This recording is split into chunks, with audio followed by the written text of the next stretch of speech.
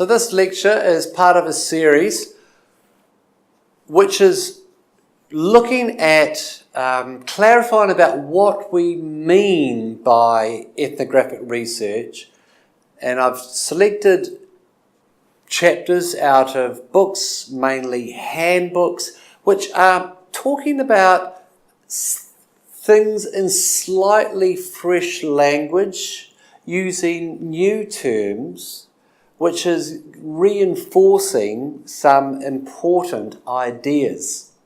And so, like in terms of content, this lecture follows others that have just been, but it's also similar in terms of how I am presenting these ideas. And what I'm doing is I'm taking a chapter or chapters out of a book. So this lecture is based on the main points from a couple of chapters in this book, Introduction to Research, by Elizabeth Dupuy. And what I'm doing is I'm going to be taking you through this book which you have access to, but I have highlighted what for me are the most interesting points that will be relevant to you. And let's go to full screen now and begin. And let's go to full screen now. And so let's go through some of the what I like about this particular discussion of research is the way that it introduces some interesting new language to talk about concepts that we are now familiar with. And one of the most important new bits of language that these authors use is to talk about a type of research which is naturalistic. So we've talked about, we've mentioned the importance of the language of being descriptive rather than predictive and experimental. But let's just read together some of the summaries provided by these authors. So they offer a research of definition, and it has three important components. And first we state that research is more than one type of an investigative strategy. It is multiple strategies that may be experimental, but they may be naturalistic. There are different thought and action processes, and some of them are inductive and some of them are deductive. And there are criteria for what is and isn't research. It has to be logical, understandable, confirmable, and useful. Research as multiple systematic strategies. The value of varied systematic strategies to understand the depth and range of research questions posed by health and human service professionals. These multiple research strategies can be categorized as representing naturalistic inquiry, experimental research, mixed methods. So let's just see what we mean about naturalistic inquiry.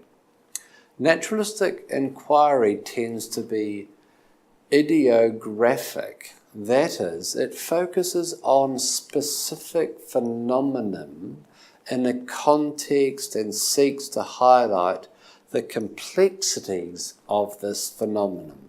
And they contrast that with experiment type approaches, which are really not relevant in our course. These are some of the major characteristics of inductive as opposed to deductive thinking. Inductive or abductive, but let's just use the term inductive. And unlike deductive thinking, there is no a priori acceptance of truth. Alternative conclusions can be drawn from the data. Theory is not tested, theory is developed, and we call this grounded theory.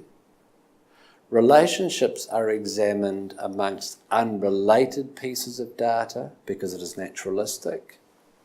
Concepts are developed based on the repetition of patterns. The perspectives we offer are holistic, they are placed in a whole context, and multiple realities can potentially exist. Those are some of the main differences between deductive thinking and the type of inductive thinking that ethnographic research does.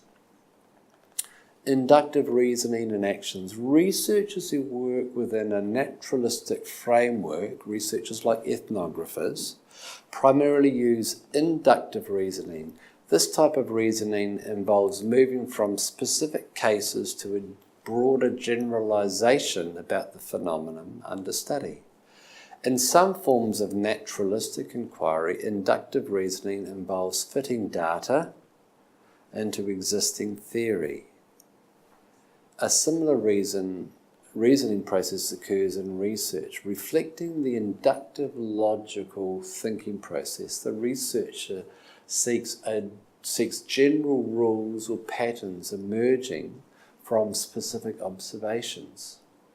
In pure inductive thinking, there is no truth or general principle that is accepted as a priori or already existing or before the study begins.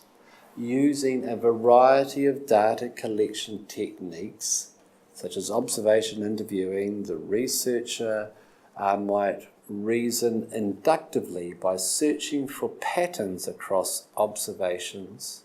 From this approach, the researcher could be able to develop an understanding of the specific situations that cause stress and burden, or perhaps their absence as well, as the types of interventions that would most helpfully help caregivers. Inductive inquiry uses inductive reasoning. This representation is not complete. Some approaches in naturalistic inquiry are best characterized as abductive. Abductive, what does it mean? An iterative process in naturalistic inquiry, a process that involves the development of a new theoretical proposition that can best account for a set of observations, which cannot be accounted for or explained by previous propositions or theoretical frameworks. The new theoretical proposition becomes validated and modified as part of the research process.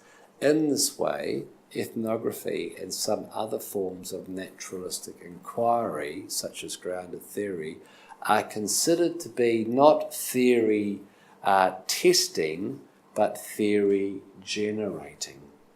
Finally, in abductive reasoning, the data is analysed for their own patterns and concepts, which in some cases may relate to available theories and in other cases may not.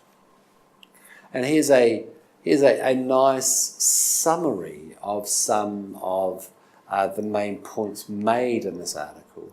And I do like the on the right hand side the table, which has a spiral, an experiment which is more deductive, as well as mixed methods which bounce around.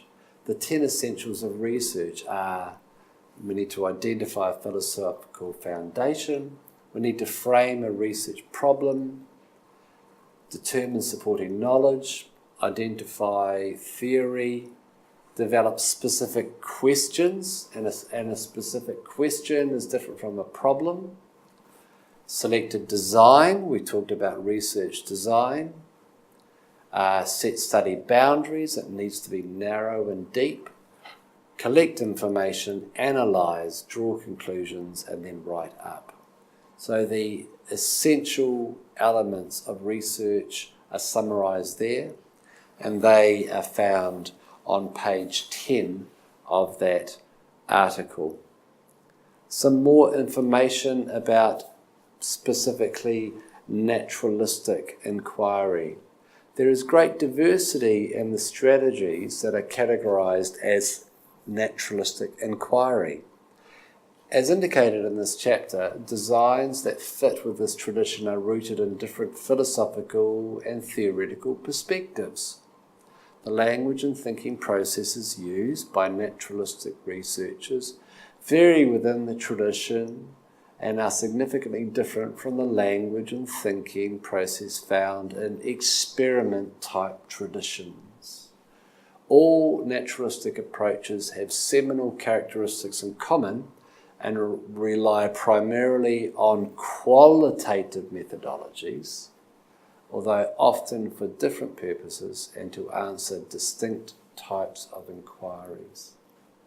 Designs in the naturalistic tradition vary according to a number of things. Number one, the extent to which the inquiry involves the personal essence, language, experience and insights of the investigator. The extent to which individual experience and meaning versus patterns of human experience are sought. The extent to which the investigator imposes structure in the data collection and analytical process.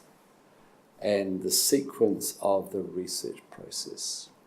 Neither the point of entry into the spiral of inquiry nor the sequence of the thinking and action processes is prescribed ahead of time. And an investigator may begin with any of the essential thinking and action process, change the design or specific action strategies in response to findings throughout the research, and revisit steps that are already being conducted. Many methodologies use the word iterative to describe the repetitive, flexible, and progressive building process of naturalistic inquiry. And so what are the characteristics of naturalistic inquiry? Endogenous, participatory, critical theory, phenomenology, the heuristic. Ethnography is both new and old as characteristic. Narrative, life histories, grounded theory, semiotics. Okay, so this is talking about the same differences with new language.